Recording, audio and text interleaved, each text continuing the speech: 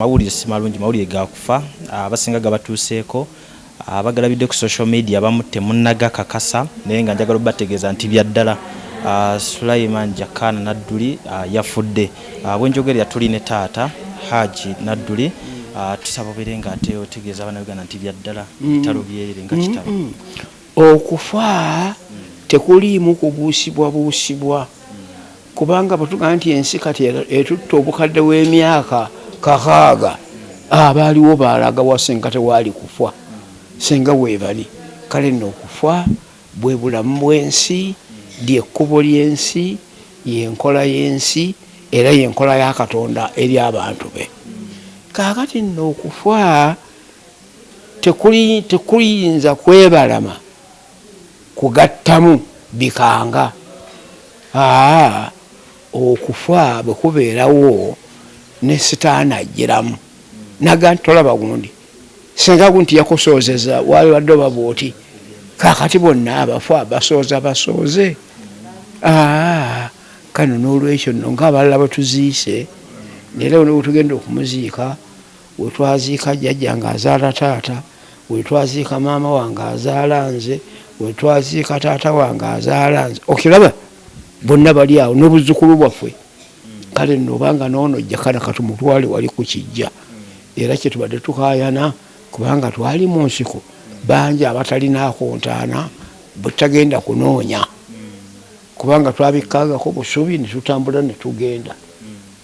ate teri yagenda bwati naawe takudda bwati buli omu yagenda nga yeeyongerayo kale nno kino accident yajja niribanga lyekkuba eryasooka oba kyekizibu ekyasooka nabawo olubuto era bamujja mu mipiira gy'emmotoka we matugga baali bamanyi nti bajjayo mufu kubanga ate oli muzzukulu wange mutabani we yamulyako okutu kuno tekuli yasigaza okutu kumu naye bagenda okukakana ye yasigala okumujja okumutuusa ensambi nga mufu era bamujja eri bamusuula wali ng'amanye nti oyo muki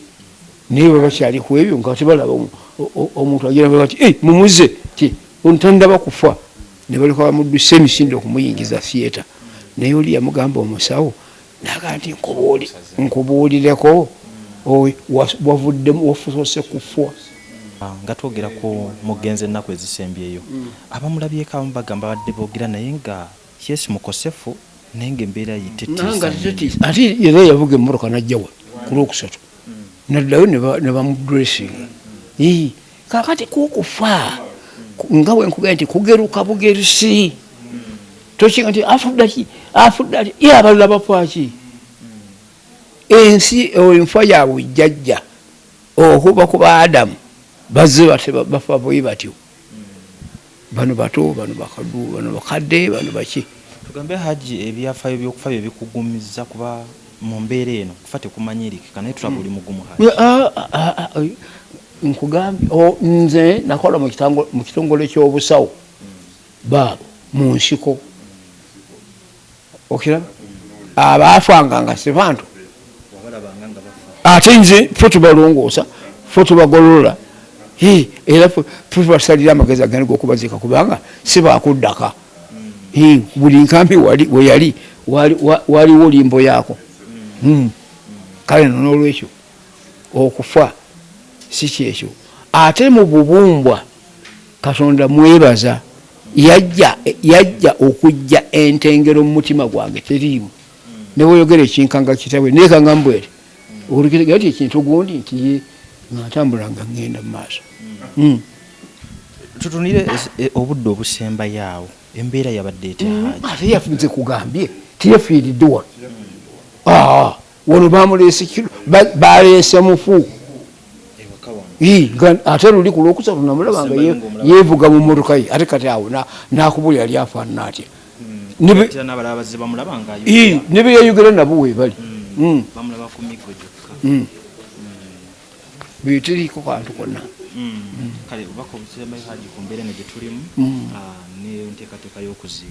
kakati enteekateeka y'okuziika tugenda okumuziika kati eri simu eno gy'olabye evudde kuba bali nakaseke abagenzi mu nakaseke kubanga omukulu agambye nti mukoleko operation mumbuulire tulabe Hajji tugenda kuba tumuleka muko enteekateeka ez'okuziika abantu bamunoonya wano ne wali ate era mu mbeera y'emu kuteekateeka okulaba nti Sulaiman Jakana Nadduli aziikibwa bulungi. So tugenda kubeera nga ate twongera okugoberera enteekateeka z'okuziika Hajji katujja tumuleka akwasaganya ate embeera eno kuba yonna ekyatambulirako ye. Programu eno ekutusibwako Siwa and Sons suppliers w'ebikozesebwa mu kisenge ng'ofuula ekisenge kye ekyenjawulo kirabike bulungi. Gula amasooka amalungi, bed cover, duvet, mosquito nets, towel ne kalonda yenna agwa mu kkoero basangibwa ku Mukwana Arcade n'ennamba y'essimu weeri wansi awo. Arapex Tile Adhesive and Grout eri ayagala okusiba tayo ze zinywere mu ddiiro ku lubalaza mu kisenge oba mu kinaabiro oli wa ddwaliro oli wa arcade oba ekifo kyonna ky'oyagalamu obugumu obw'enjawulo olw'ekirungo ekiteekebwamu. Amwetaaze genda mu hardware ekuliraanye Sidin Tile Center ku Salama Road kosa n'ennamba z'essimu nga wooziraba wansi awo ku screen yo bakubireko tojja kwejjusa. Mariam Massa mukyala muyimbi mukyala muzadde ayambye abantu bangi alina music mulungi ate nga abuulirira. Subscribing ku YouTube channel ye Mariam for Children olikinge page ye eya Facebook ku Mariam Music. Omulungi atulabira mu Uganda n'okwetolola ensi yonna amawulire gannaku aga omwami Jakana Sulaiman Nadduli eyavudde mu bulamu bw'ensi bwe twogerera mugenzi era ng'ennaku z'omwezi 24 omwezi ogw'ekkumi omwaka 2022 lugenze ku byafaayo nti omutabani wa Hajji Nadduli awangaalira eno mu Luweero w'obulenzi avudde mu bulamu bw'ensi. Genfunye essaawa eno nga ndi mu maka ge wano kigambibwa mbu yafudde ku Sande essaawa wakati w'ettaano awo ku mukaaga era nga gye bukeeredde amawulire we gatandise okubeera nga gatambulira ku mutimbagano gasoose kubeera nga gabuusibwa ate paka Carvton Music Lujja Tone ne Womal we tuzze ku ground atubere nga ati tugakasizibwa ddala era wano mu maka wennyini we tuli kikakasiddwa nteekateeka kati za kuziika omulambo gutwaliddwa mu ddwaliro okubeera nga ate gukererebwa n'okukola postmortem okulaba nti report evaayo ejjudde ku kufa kwe. Nadduli Jakana abadde akola videos ez'enjawulo ku mutimbagano era nga ezimu kwezo zakoze zibadde omwezi oguyise ali mu kooti ali mu mbeera za kulaba nga ate atambula n'emisango egy'okuba nti waliwo ebyayogerwa mu videos ze ebyamuviirako obuzibu obwo n'asibwa ate paka kooti we yamuta ng'abadde kati alina kuva waka ng'awoleza bweru. Omusango gubadde gukyaliwo naye tasobodde kubeera nga ate agumalako akossa n'embeera endala ezaaga amaloboozi ag'omuggundu g'abadde avaayo n'ayogera ate era n'abeera nga byayogera ddala obubaka nkiwa bubadde butuuka ku abo babeera abuweereza. So bebimu ku ebyo bikyaliwo bagamba nti tugenda ate ku mbeera y'okuziika yonna tugibatuuseeko tugenda kuba nga tubatuusaako n'ebirala bingi nnyo ebitambulira mu mbeera y'okufa kwa Jakana Nadduli. Maliriza mbagamba nti ddala bituufu yafudde si bya social media mawulire gonna amatuufu kati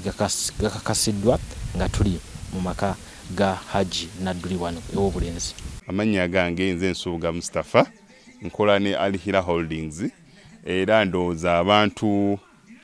abazze batukubira bagenda olaba nga yenze yennyini bwe balaba mu video ate nze gwe balabye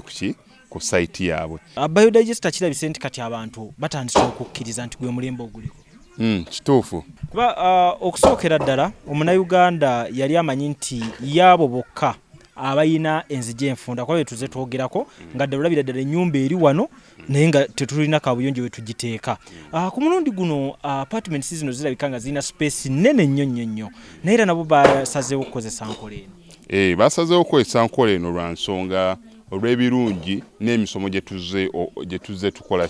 tusomesa abantu. Tutundire ekinnya mulundi guno engeri gye mukikozeemu. Leero ndaba mwawudde mu bibiri saate bulijjo twali tulaba nga ye batadde tanka eno wabbali kwe muteeka amayinja. Okay, biodigester neri entono kuba kati ndaba mwasemba tulambulako nga tukola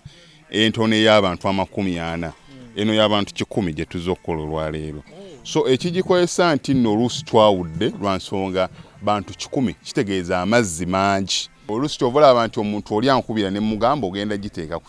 ku nyumba ya kiyamaka apartments muzikiti ekereziya so oli wambulira kikwagendo giteeka nsolo determininga nengamba otutekewo y'abantu 10 otutekewo y'abantu 5 oba tutekewo y'abantu 4 so kutulambuliye ku migaso nanyini nyumba zino jagenda ofuna mu biodigest eno gye mumukoledde kakati nanyini nyumba eno yeesiimye nnyo lwansonga nti eno biodigester era emigaso gyayo egigirimu gyagenda ofuna ekisooka tagenda keera lunaku agambe nti bannange septic yajjudde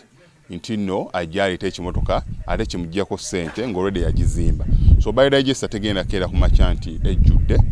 so nawe nkityo ogwo mugaso gwe gusinga kubanga eri gundi yaffe twagikolanga naye ate era still ng'ejja n'ekulya lwansonga nti ebeera etuuka n'ejjula so etuuka ng'esigala ekulya wadde nga ate wagiteekamu ssente yo nnyingi ekyokulala nti beauty ye egenda vaayo eya compound nti nno pavers zigenda kuva eri engulu yonna gye mulengera paka eno amazzi era gagenda draininga gano ag'enkuba nga gagenda mu kaala akali ebbala awo nti nno beauty y'olujja egenda vaayo bulungi nnyo newe manjagala simbawo muddo kisoboka n'oba oyagala simbawo muddo ogwo kubanga kati singa owa kamera waffe akulaga nti nno system ogira nti eri wansi fuuti 2 kweno level kwetuyimiridde wansi fuuti nga 2 so omuddo kakube gulina emirandira gitya guba gujja mmera yes bannange tetukolera bagagga bokka ate era tetukolera tetusijja bayita baavu omuntu wa wansi omufuna mpola ffenna gye tuggwa nange ndi mufuna mpola so sikolera bantu sina kika kye ngamba mbuno nno nkolera baneeno wabula buli omu era buli omu nga bwozze bwe tukola ki bwe tukwata kati Alihira Holdings Uganda Limited tusangibwa Kamoocha Prince Charles Drive plot 45 Kamoocha we wali offices zaffe tuyina namba z'amasimu esooka ya Airtel 07017 66992 neya MTN 0789 224230 abasinga batumanyira mu biodigester kuba bwe tuvudde nnyo mu kamera naye nga baklanti baffe abapya n'abakadde bagenze bakitegeera nti no ne general construction yenna mwetuli